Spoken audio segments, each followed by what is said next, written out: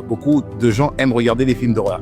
Est-ce que ça suscite en vous la peur, la confusion, des cauchemars? Est-ce que ça produit des cauchemars? Est-ce que ça suscite en vous la timidité? La Bible dit une chose importante dans 2 Timothée 1, verset 7. Il dit « Car Dieu ne vous a pas donné un esprit de timidité ou encore de peur, mais un esprit de force, d'amour, pris de sagesse. » Donc, si vous regardez quelque chose qui nourrit votre peur, c'est ouvrir une porte à un esprit de peur et donc au diable. Si vous regardez par exemple les mangas, j'ai beaucoup regardé à l'époque Olive et Tom, je ne sais plus si encore aujourd'hui il y a Olive et Tom, ou encore Dragon Ball Z. Voilà, j'ai regardé ça.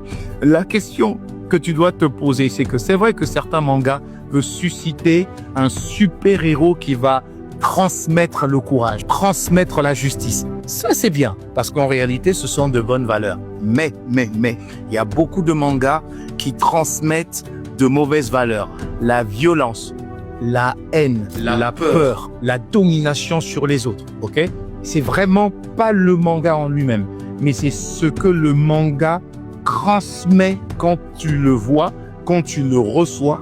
Qu'est-ce que tu reçois en fait quand tu suis ce manga-là? Le principe qui est aussi important, c'est le principe du discernement.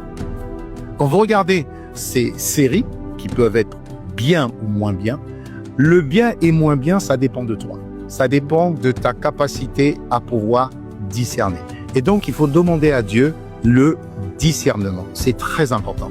Le discernement, c'est juste la capacité à comprendre si le Saint-Esprit te dit « ça, je valide » ou « ça, je ne valide pas ».